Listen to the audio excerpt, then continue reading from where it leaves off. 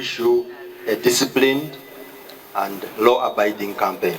Twakasunsula aba candidates mwenda ekifo kya member of parliament Kawempe Division North constituency.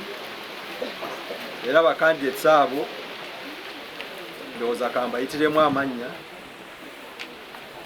Tuyina Mutazindwa Muhammad independent, tuyina Nsereko Moses independent, tuyina Murerwa Hanifa Karadi independent, netubeera ne Luwemba Ruswa Muhammad independent.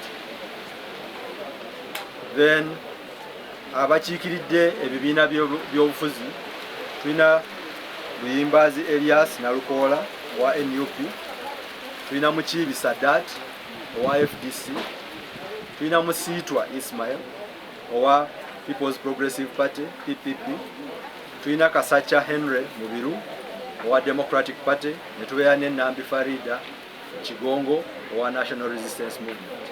Abo be ba candidate betwakafunawo ku position ya member of parliament.